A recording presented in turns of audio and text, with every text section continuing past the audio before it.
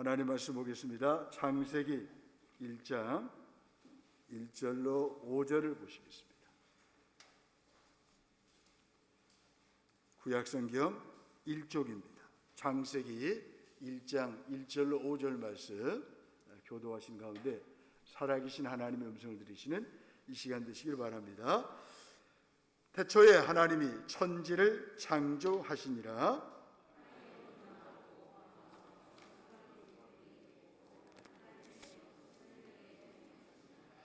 하나님이 이르시되 빛이 있으라 하시니 빛이 있었고,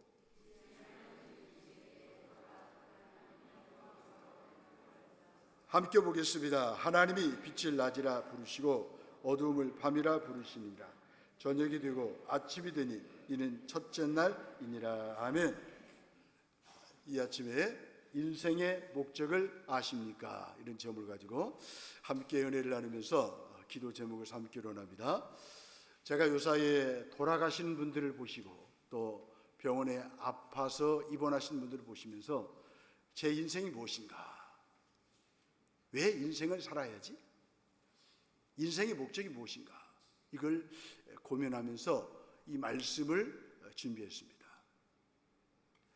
인생의 목적이 무엇일까요? 철학의 고민이죠. 인생의 목적이 무엇인가는 정의하기 힘듭니다. 그렇습니다. 인생의 목적을 찾으려는 인간의 수많은 노력은 대개 잘 모르겠다는 결론입니다. 사람은 대부분 이 질문에 대한 명쾌한 답을 찾지 못하고 그냥 생존의 요구를 따라 하루를 살아가요. 한 달을 살아가요. 1년을 살아가요. 그러다가 세상을 떠나는 거죠. 왜 인간은 자신의 삶의 목적을 찾지 못할까요? 지능이 부족해서 그런 것은 아닌 것 같습니다. 똑똑한 인간이 자신의 삶의 목적을 아는 데는 무력하고 무능하고 무지합니다. 무감각합니다. 왜 그럴까? 피조물이기 때문에 그래요. 지음을 받았기 때문에 그래요. 만들어진 존재이기 때문에 그렇습니다. 여전히 만들어진 존재이기 때문에 인생의 목적을 잘 몰라요. 인간 자신이 창조주가 아니죠. 모든 피조물은 그것을 만든 존재가 목적을 말해줍니다. 인생의 목적을 알기 원한다면 당연히 인생을 만드신 창조주 하나님께 질문을 해야 되겠죠. 하나님, 왜 나를 만드셨죠? 왜 하나님 나를 이 땅에 보내셔서 살게 하는 겁니까? 내가 왜 이 땅에서 살아야 됩니까? 이걸 하나님께 물어보셔야 됩니다. 그렇지 않으면 우리 인생 사는 것이 피곤해요. 힘들어요. 휴가 갔다 와도 더 힘들어요.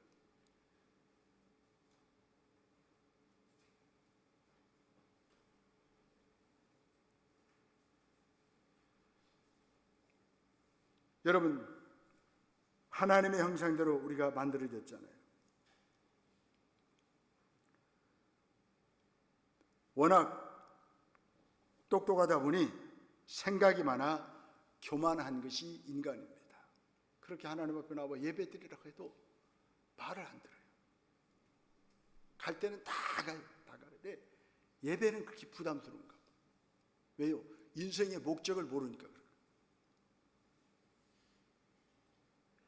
그래서 인생의 목적은 하나님이 말씀하십니다. 피조물답게 그냥 단순하고 무식하게 그리고 겸손하게 순종하여 하나님의 말씀으로 우리에게 주신 성경을 열어야 인생의 목적을 알 수 있다는 거예요. 본문은 하나님의 천지 창조하신 사건 중에 첫째 날 하나님의 창조를 기록하고 있습니다.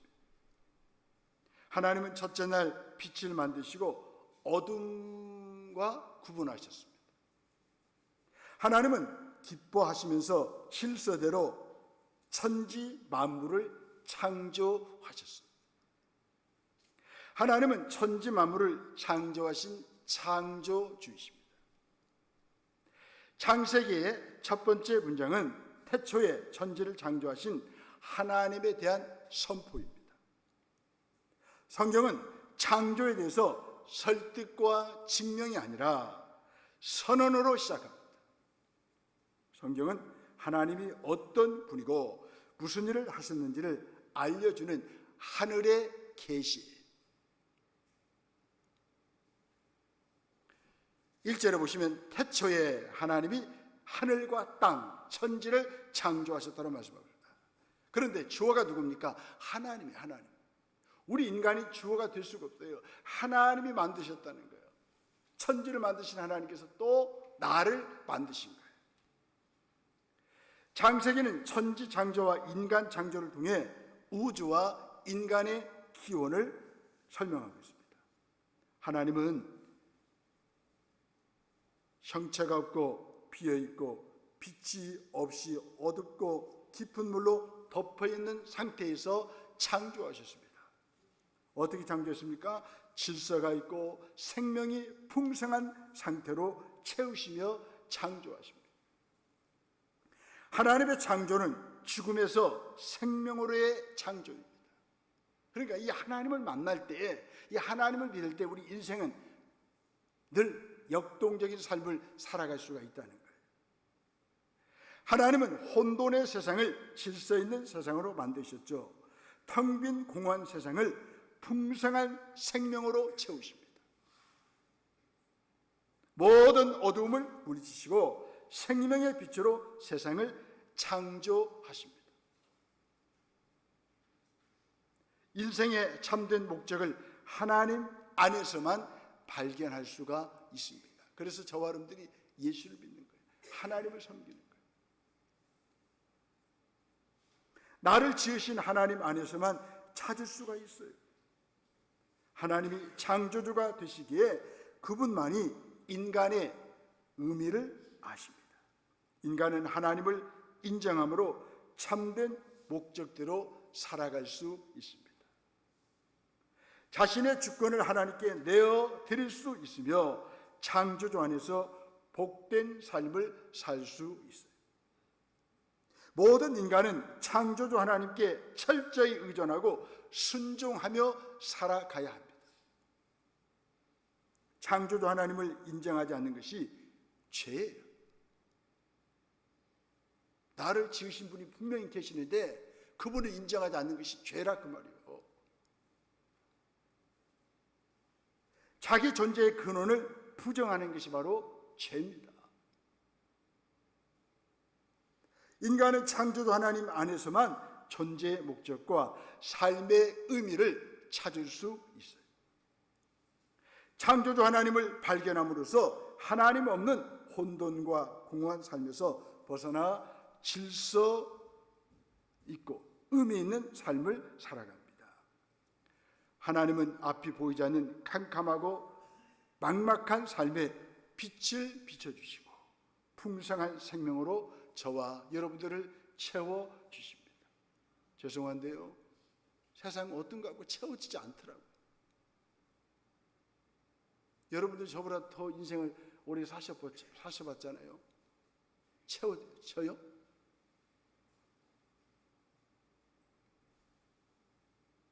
여러분, 하나님 안에서만 채워진다 그 말이에요.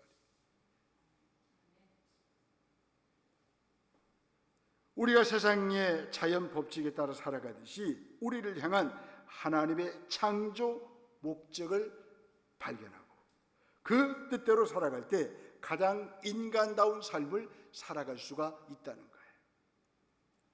사람들이 잘 살고 즐기기 위해 무한한 애를 쓰는데 창조주 하나님을 인정하지 않을 때 모든 것들이 다 헛되고 무익한 것인 것입니다. 하나님 떠난 돈, 뭔 의미가 있어요? 하나님 떠난 권력, 무슨 의미가 없어요. 그러니까요, 하나님을 인정하지, 하나님 섬기지 않고 인기를 얻으니까 인기가 추락하면 그냥 죽어버리는 거예요. 그냥 자살하는 거예요. 여러분, 우리가 하나님을 의지하고 하나님 섬기면 인기가 떨어질 수 있잖아요. 떨어지면 더 기쁘더라, 기뻐. 제가 연예인들 간증을 들어보니까 하나님 믿지 않을 때는 그렇게 불안했대요. 인기가 올라가는 또 불안했대요. 그런데 예수 믿은 후에 인기가 떨어져도 마음에 평안함이 있었다는 거예요. 송대관 씨가 그런 간증이 있고, 남진 씨가 그런 간증이 있고, 태진아 씨가 그런 간증이 있습니다. 엄정화 씨가 그런 간증을 하고, 뭐 탤런트 영화배우 가수들 연예인들이 그런 고백을 하더라고요.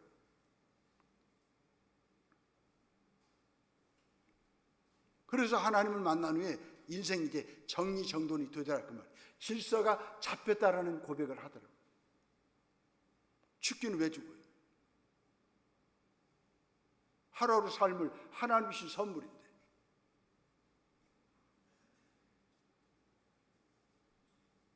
여러분, 하나님이 만드신 사람에게는 본분이 있어요. 사람이기 때문에 마땅히 지켜야 할 도리와 해야 할 일이 있다는 것이죠. 전도서 12장 13절 말씀합니다. 일의 결국을 다 들었으니 하나님을 경외하고 그 명령을 지킬지어다. 이것이 사람의 본분이니라. 하나님 앞에서 해야 할 도리가 있고 할 일이 있다 그 말이에요. 이걸 하면 우리 인생이 행복하다 그 말이에요. 할 일 안 하면 늘 불안하고 두려운 거예요. 인생 사는 것이 사는 것 같잖아요. 안개 낀 것처럼 인생이 맨날 잠만 자고, 낮에도 해놔도 잠만 자고, 무기력증하니까 살 의욕이 없어요. 그런데 하나님 만난 사람은요, 창조주 하나님을 인정하는 사람은 늘 아침형 인간이요, 일어나면 피곤하지도 않고 하루하루 삶이 늘 행복한 거예요.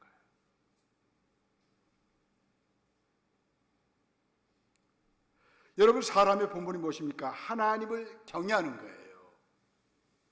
경외하는 하나님의 명령을 지키는 것이 바로 이것이 인생이에요. 첫 번째는 하나님을 경외하고, 두 번째는 하나님의 말씀을 지키는 것이 우리 사람이 할 일이고, 그게 바로 인생이라 그 말이에요. 인생의 의미를 모르면서 너무 많은 헛된 삶의 실행을 하다가 인생이 끝나게 해서는 안 된다라고 성경은 말씀하고 있습니다. 우리는 다시 인생의 목적을 점검해야 됩니다. 우리 인생의 목적을 발견하셔야 돼요. 인생은 하나님 경외와 그분의 명령을 지키는 거예요. 하나님을 경외하는 것이 뭐예요? 나를 지으신 창조주 하나님을 존중해 드리는 거예요. 하나님 무시하지 않는 거예요. 신명기 말씀에 보면 삶이 윤택하고 살찌고 살만하니까 하나님 발로 차버리고, 하나님을 업신여기고, 이건 하나님을 불경건하게 하는 거예요. 하나님을 욕되게 하는 거예요. 더 나아가서요, 하나님을 경외한다는 말은 그분을 내 삶의 왕으로 모시는 거예요. 그리고 그분을 주님으로 믿고 따르는 것이 하나님을 경외하는 거예요. 여러분, 왕은 한 사람밖에 없거든요. 주인은 한 분밖에 없거든요. 바로 그분이 우리 하나님이십니다. 나를 지으시고 내 인생을 선물로 주신 하나님이 우리의 왕이고 나의 주인이셔요.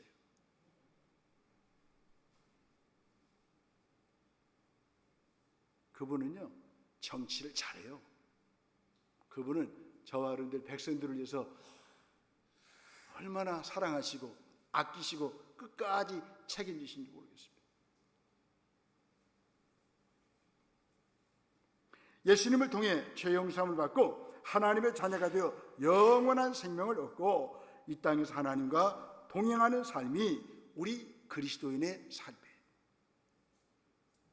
인생의 목적을 알려면 우선 예수님을 믿어야 합니다. 예수님은 하나님께로 가는 유일한 길이요, 진리요, 생명이기 때문에 그렇습니다. 예수님을 믿어야 하나님이 누구신가를 알 수 있어요. 그래서 여러분들이 예수를 믿는다고 고백하기 때문에 행복한 사람이라는 거예요. 하나님을 떠난 인간의 삶은 혼돈과 공허와 흑암뿐이에요. 오늘 본문의 말씀 나오잖아요.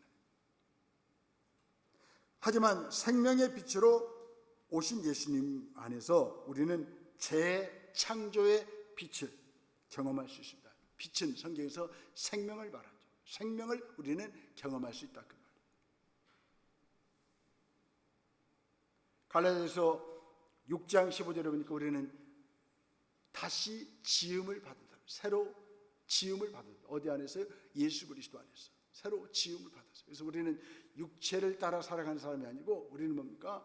늘 내 안에 계시는 성령님의 인도하심을 따라가는 거예요. 살아가는 사람이죠. 그래서 우리는 이제 육체를 자랑하는 사람이 아니라 우리는 늘 십자가를 자랑하는 거죠. 은혜를 주신 주님을 자랑하며 살아가는 것이죠. 더 나아가서 창조주 하나님은 나에게 사명을 주신 분이십니다. 창세기 1장 26절로 28절의 말씀이죠. 하나님께서 나에게 명령하신 바를 순종하여 따르는 사명의 신실한 것이 인생의 본분이죠. 삶은 사명입니다. 그분의 명령을 준행하는 것입니다. 여러분의 행복은 무엇입니까? 사명을 발견하는 것이죠. 인생의 목적을 발견하는 것이죠. 그분의 명령을 준행할 때 우리 인생에 놀라운 변화가 일어나게 되는 것이죠. 사도 바울도 자신의 인생의 목적을 그렇게 정의했습니다. 사도행전 20장 24절입니다. 나의 달려갈 길과 주 예수께 받은 사명 곧 하나님의 은혜의 복음을 증거하는 일을 마치려 하면은 나의 생명을 조금도 귀한 것으로 여기지 아니하노라. 바울이 이런 고백할 수 있는 것은요, 예수를 믿고 사명을 발견했다는 거예요. 인생의 목적을 발견했다는 거예요. 그러니까 자기 목숨도 아끼지 않는다는 거예요. 사명은요, 귀한 거예요. 생명은 사명을 위해 있습니다. 삶은 사명을 목적으로 하고 있죠. 먹고 마시는 것이 삶의 목적이 아니죠. 창세기부터 요한계시록까지 쭉 보시면 하나님의 굵직한 세 가지 명령이 나오고 있습니다. 먼저는 창조 명령입니다. 하나님께서 사람을 만드시고 주신 말씀 최초의 계명이죠. 그래서 본문 뒤에 보면 창세기 1장 26절을 보시면 하나님이 이르시되 우리 형상을 따라 우리의 모양대로 우리에게 사람을 만들고 그로 바다의 물고기와 하늘의 새와 가축과 온 땅과 땅에 기는 모든 것을 다스리게 하자 하시고 이렇게 말씀합니다. 그래서 하나님께서 창조 명령을 주셨습니다. 인간을 만드시고 그 인간에게 하신 첫 명령이니 인간 존재의 목적, 인생의 목적이 여기에 있습니다. 이것은 행복 명령이에요. 하나님께서 명령을 내리시면서 먼저 복을 주셨기 때문입니다. 하나님께서 복을 주셨다라고 말씀하셨어요. 인간은 행복을 하나님의 선물로 받았습니다. 그러니 인간의 행복은 하나님의 뜻이에요. 행복하지 않으면 본인뿐만 아니라 우리의 행복을 설계하신 하나님께서 슬퍼하셔요. 그리스도인에게 있어 행복은 권리이기 이전에 의무입니다. 우리는 행복하셔야 돼요. 여러분, 성경에서 말하는 행복이 뭐라고 그랬죠? 하나님 믿고 하나님 모시고 살아가는 것이 행복이라고 말씀합니다.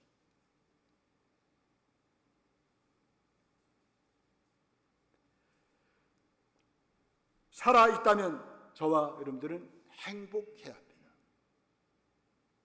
누가 행복하냐고 물으시면 고민하지 마세요. 똑부러지게 대답하세요. 나는 행복하다고. 나 예수 믿기 때문에 행복하다고. 예수님 만났기 때문에 행복하다라고 고백하세요. 이유가 무엇이든 행복하지 않으면 불순종이에요. 행복을 기초로 해서 인간은 생육, 번성, 충만할 의무를 갖습니다. 인간의 삶은 생육과 번성을 통해 자기 생산과 지경을 넓히는 충만을 향하는 것이 옳습니다. 하나님께서 온 세상을 창조하시고 그 끝에 유일하게 하나님의 형상을 따라 사람들을 만드셨다는 것을 기억하십시오. 모든 걸 만드시고 준비해 놓으시고 마지막에 사람을 만드신 거예요.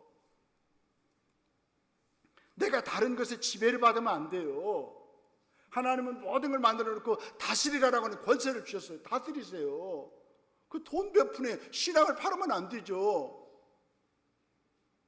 아프다고 주님을 멀리하면 안 되죠. 아프도 끝까지 주님을 붙들고 살아가는 것이 행복이라 그 말이에요. 안 아픈 사람은 어디가 있어요? 다 MRI 찍어보세요. CT 찍어보세요. 다 막혀 있어요. 언제 터질지 몰라요.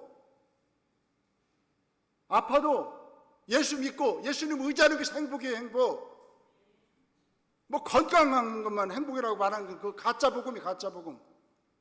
여러분 진짜 복음 뭡니까? 내가 아파도 가난해도 끝까지 예수 믿고 그 주님의 다스림을 받고 살아가는 것이 바로 진정한 행복이라고 말씀하는 거예요.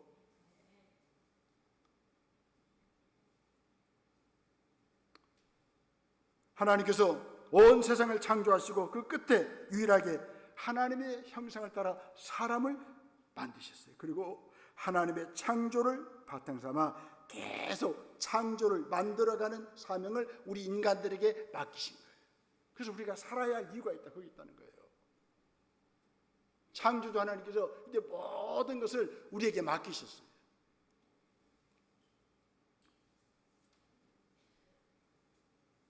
인간이 사는 곳에서는 이제 창조가 발생해서 문명과 문화가 생기는 것이죠.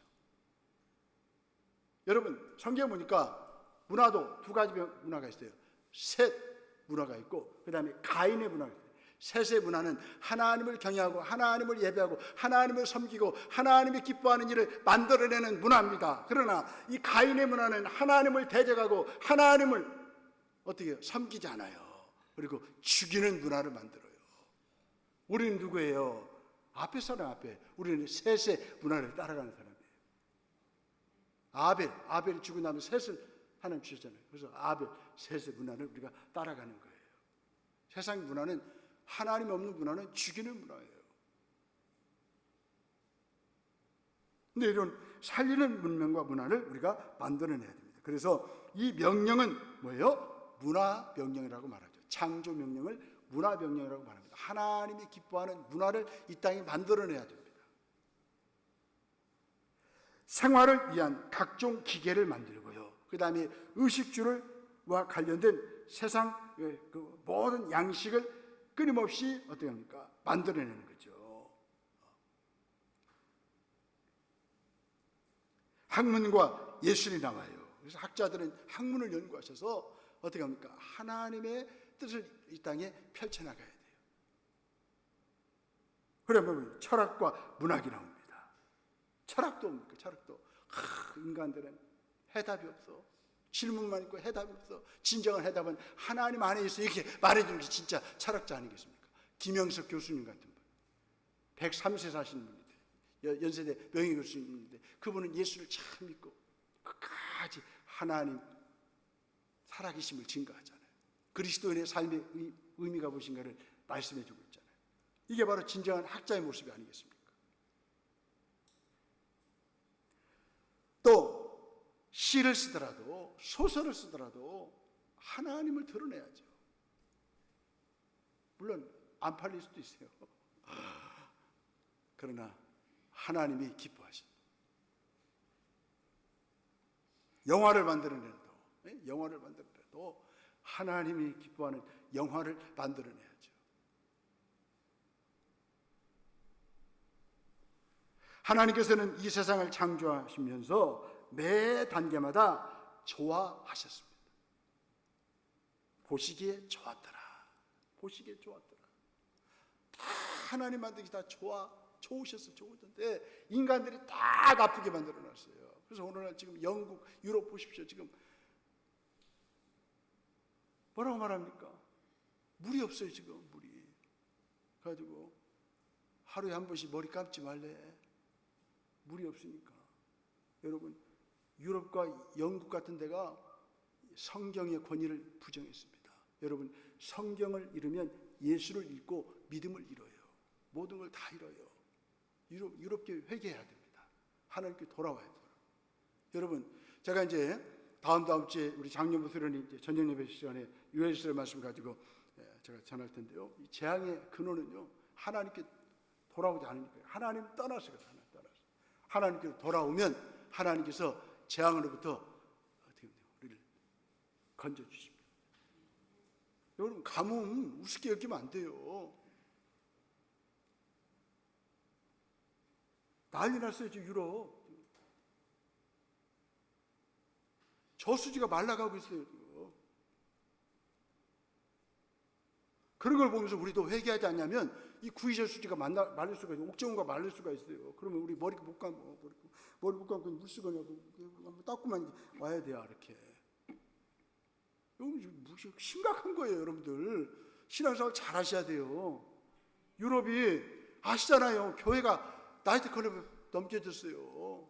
우리 자녀들 신앙교육 안 시키면 우리 교회가 그렇게 된다니까요.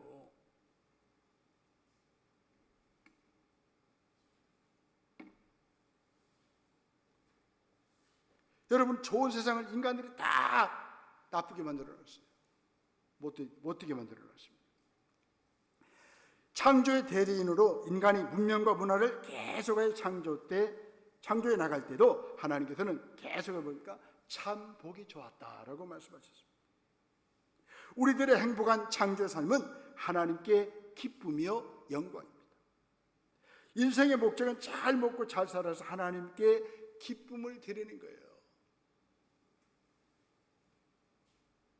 제가 우리 딸들도 우리 자식도 있지만요, 제가 가장 기쁠 때 뭐냐면 말 잘 들을 때, 그때 기쁩니다. 용돈 줘야 그때만 살짝 기쁘고, 말 잘 들을 때 그때 가장 흐뭇해요. 아, 자식들 키운 보랍니다. 우리 하나님도 마찬가지. 하나님도 우리를 지으셨고 구원하시는데 말 안 듣고 지 맘대로 하면 하나님 기뻐하시겠습니까? 늘 탄식하죠. 내가 이 인간들을 만들었던가. 한탄하는 거 한탄.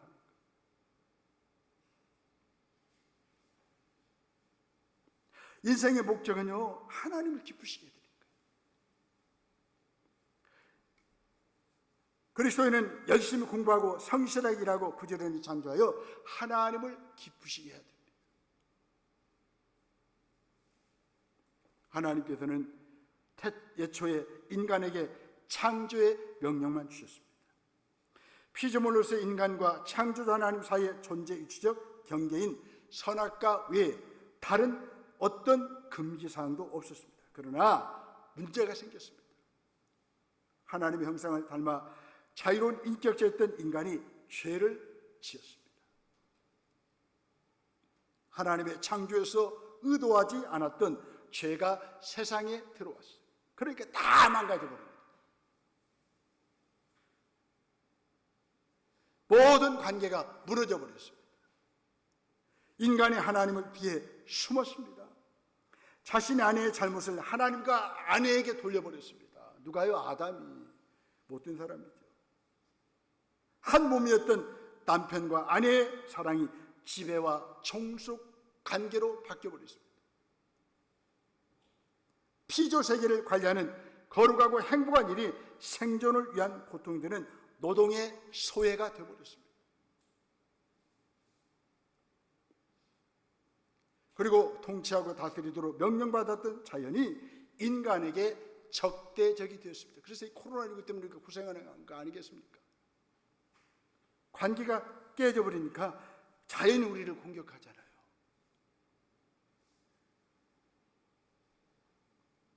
결국 죽음이 들어와 인간을 정복해버렸습니다.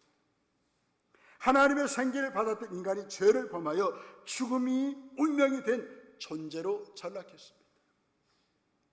그래서 하나님께서 인간 역사에 개입하신 거예요. 왜? 우리 인간들을 사랑하시니까. 아브라함을 불러내 새 민족을 구성하십니다. 육신을 입은 하나님으로서 예수님께서 그리스도가 되어 이 땅에 아브라함의 후손으로 태어나셨습니다. 하나님이신데 사람들을 구원하기 위해서 사람의 몸으로 이 땅에 오신 거죠. 우리의 죄 문제를 해결하기 위해 결국은 죄값을 치르기 위해서 공의로우신 하나님을 만족시키기 위해서 십자가에서 죽으셔야 했습니다. 억울하죠. 죄가 없으신 예수님 왜 죽어요? 왜 죽어? 근데 바로 저와 여러분들 때문에 죽으셨다는 거예요.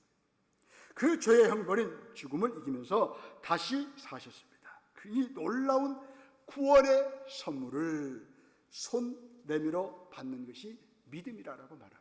주님이 하셨다라고 인정하고 받아들이면 우리는 구원을 받아요. 이 복음을 받아들여 하나님의 아들 예수 그리스도를 믿는 자는 멸망하지 않고 영원한 생명을 얻습니다. 하나님의 자녀로 회복됩니다. 이제 새로운 시작이 됩니다.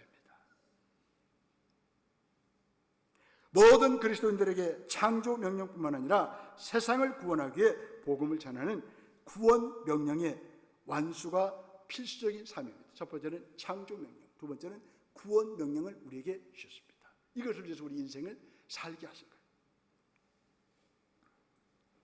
인간이 지금 이대로 가면 모두 하나님의 심판을 받아 멸망할 수밖에 없어요.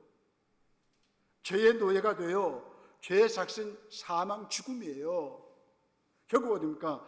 지옥이 가는 거죠. 지옥. 사망의 그림자가 온갖 징후와 싸움, 파괴와 고통, 외로움과 절망의 모습으로 인간의 삶 속에 나타납니다. 하나님께로 돌아가야 합니다. 인간은 스스로 구원할 능력이 없기 때문이죠. 오직 예수 그리스도만이 해결책이며 구원입니다. 이것을 이 세상에 전해야 됩니다. 이것이 바로 저와 여러분들 할 일이고, 이 일 하라고 우리 인생을 하나님께서 선물로 주신 거예요.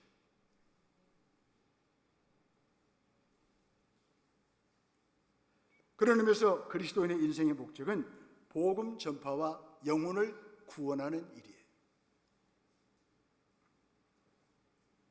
그리스도인의 삶은 창조와 구원입니다. 창조와 구원이 그리스도인의 인생의 목적이며 사명이라는 것입니다.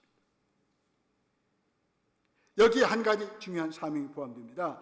이 땅에서 어떻게 살아가야 하는지에 대한 삶의 과정과 방법의 명령입니다. 바로 사랑 명령입니다.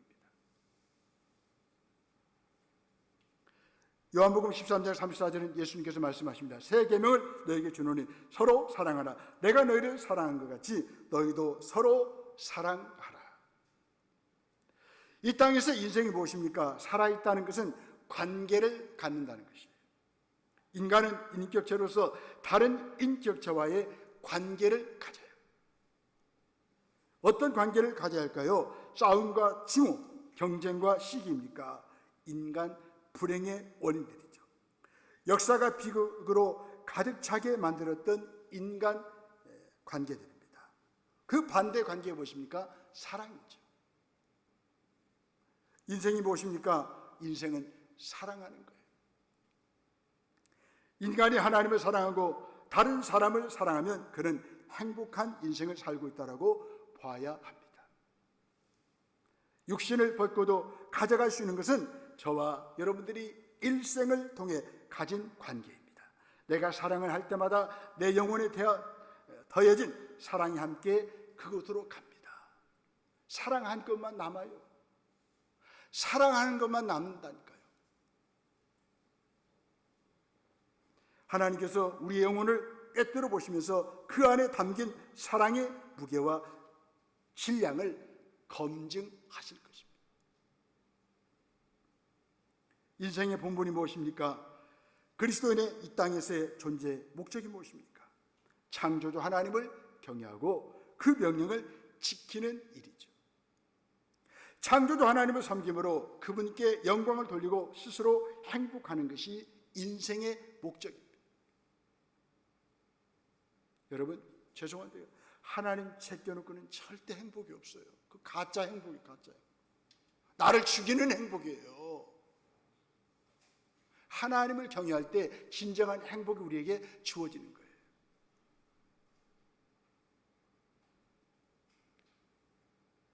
예수 그리스도의 복음을 전하여 영혼들을 구원하고 잘못된 세상을 하나님 나라로 바꾸는 일을 하라고 하나님께서 우리에게 인생을 선물로 주셨습니다.